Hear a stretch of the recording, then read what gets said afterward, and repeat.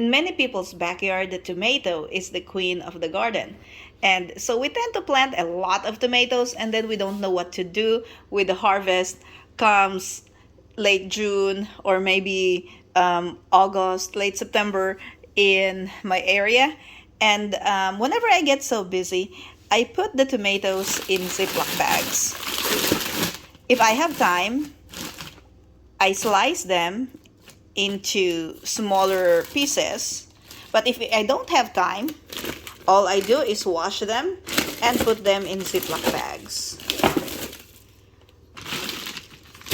I usually label them like this one right here, 8/4/2023.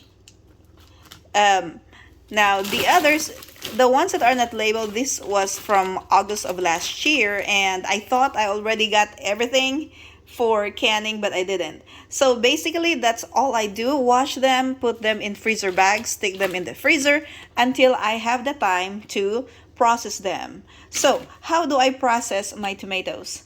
So what I do is I slice my tomatoes.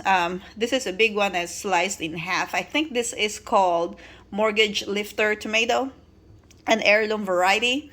I'm going to cut this into smaller pieces here in a little bit because I will be making some spaghetti sauce. So we have the Red Deuce Roma. This is Roma. And then we have Mortgage Lifter. There's Costrali in here somewhere. And then these are San Marzano tomatoes. Some of them have blossom end rot, and then I just cut off that end. See, and that one looks good. And then here also, I have some I've sliced already. Now this one has part of it was not good, so I just got the good part.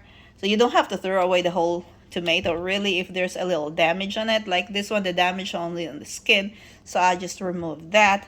And then this is ready.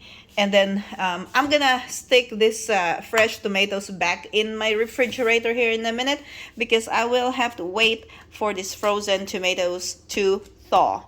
So whenever this is thawed, I'm going to use my tomato press, get the juice and the meat out of them, and then process them into spaghetti sauce. So today, for today's canning project, I have at least 8 gallons of tomatoes, frozen and fresh tomatoes combined, that I'm going to work on. So this is going to be a fun day. So there you go, guys. That's my quick tip on what to do with your extra tomatoes. And of course, you can always use these frozen tomatoes in soups. It does not need to be spaghetti sauce. That's going to be all for today. Thank you for watching, and I'm going to see you in my next video. Have a great day!